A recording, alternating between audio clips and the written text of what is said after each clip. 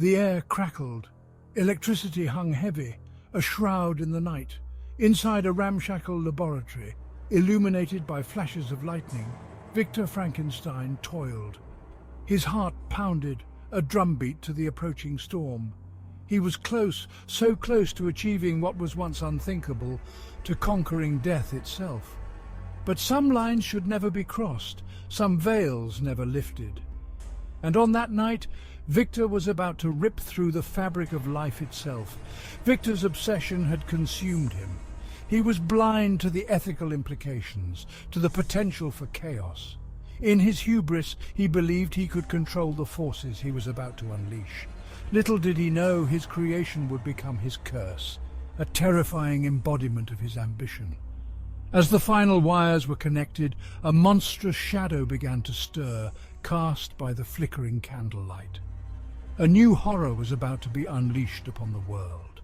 Driven by an insatiable thirst for knowledge and power, Victor had spent years collecting body parts, scavenging from the cold, uncaring earth. He believed that by stitching together the dead, he could cheat death, conquer the ultimate taboo.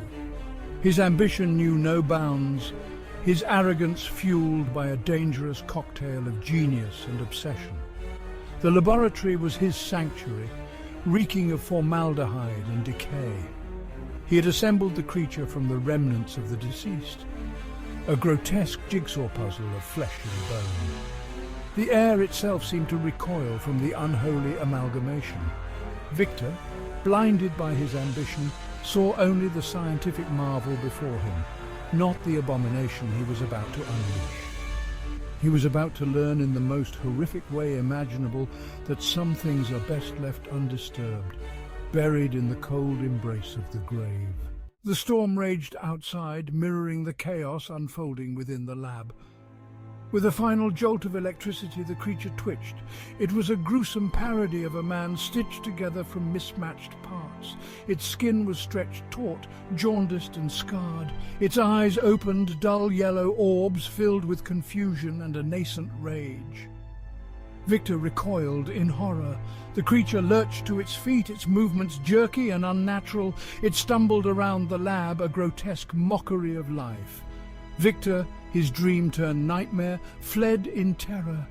He had created a monster, both literally and metaphorically, a creature born of hubris and doomed to a life of misery. He had opened Pandora's box, and there was no closing it now. Abandoned by its creator, the creature was left to navigate a world that both feared and rejected it. It was a being born into suffering, a soul yearning for acceptance but met only with scorn. The creature, capable of both profound thought and intense emotion, was driven to despair by the cruelty it faced. It sought solace in the natural world, finding kinship with the animals who did not judge its grotesque appearance. But humanity proved far less forgiving. Every attempt at connection was met with fear and violence. Driven to the brink, the creature's despair festered into a cold, calculating rage.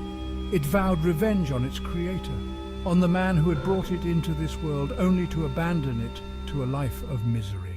The story of Victor Frankenstein and his creation is a chilling parable, a warning whispered through the ages. It speaks to the inherent dangers of unchecked ambition, of the hubris of believing that we can play God without consequence. The creature, born innocent, became a monster because of the cruelty it endured. Frankenstein's tragedy serves as a stark reminder: some lines should never be crossed.